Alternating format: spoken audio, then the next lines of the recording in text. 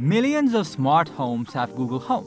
The company reported that it has sold at least 6.8 million home speakers during the holiday season in 2017, and they have been selling steadily since then. Google said it has sold more than one home smart speaker every second since October 2016. Right now, Google Home devices are available in 5 different categories: the $50 Google Home Mini, the $100 Google Home, the $300 Google Home Max, and the $130 Nest Hub and the $230 Nest Hub Max, where all have the artificial intelligence assistant built in. In terms of Google Home, it's a very powerful device, more powerful than you might think, but you might not be aware of all its capabilities unless you dig deep. Thus, in this video, we provide you with some helpful tips and tricks that will help you to get the best out of Google Home.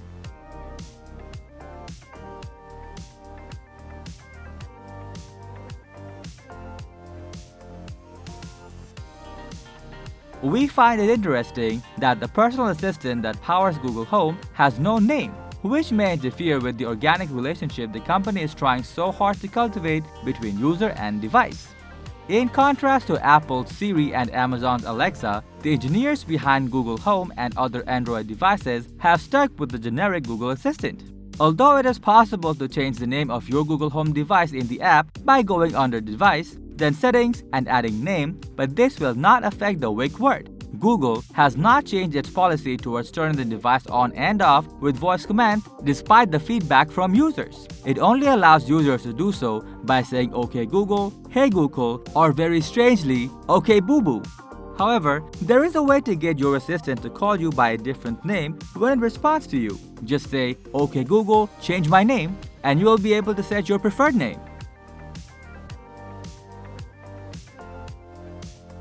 If you want your Google Home to respond more or less voice commands, you can adjust the sensitivity. You can set the tolerance level for the "Hey Google" command by opening the Google Home app and by tapping the Home button at the bottom left. You can tap the profile icon at the top right.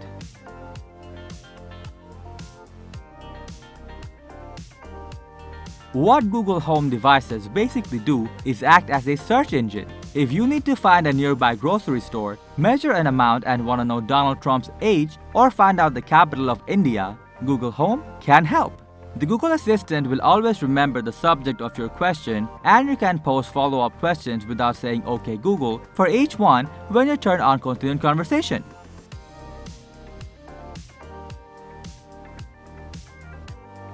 Alexa isn't the only funny virtual assistant. There are some hilarious things you can ask Google Assistant, such as "What's that smell?" and the assistant instantly replies, "For you, I can try," and suddenly a fart noise will appear to make you feel real lifelike.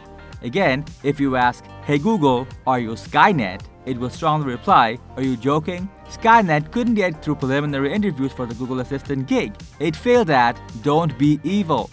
Also, Google can help you celebrate birthdays. Say "OK Google, sing happy birthday." You can even ask Google, "When will Easter be here?" and Google will show you what Easter eggs are available.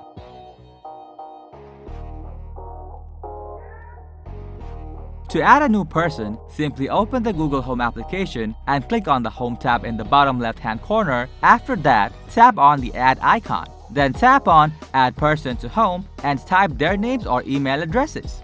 Also, you can revoke access to a home member by tapping on their name, by clicking the 3 dots and selecting the bin in the top right corner, and then choose the Remove option.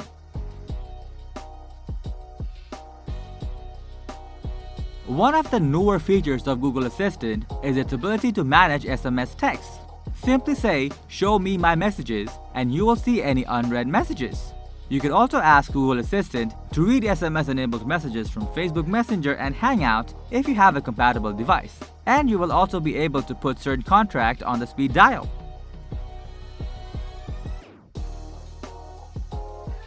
Some content might not be appropriate for all ages, and as Google Home devices feature Google Search, you may need to filter content so that your smaller household members don't see or hear things you don't want them to.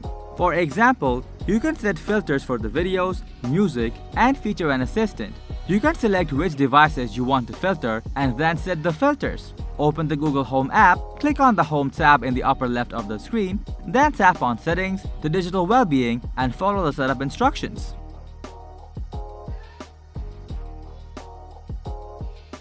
For those who need a break from Google Assistant, you can schedule downtime.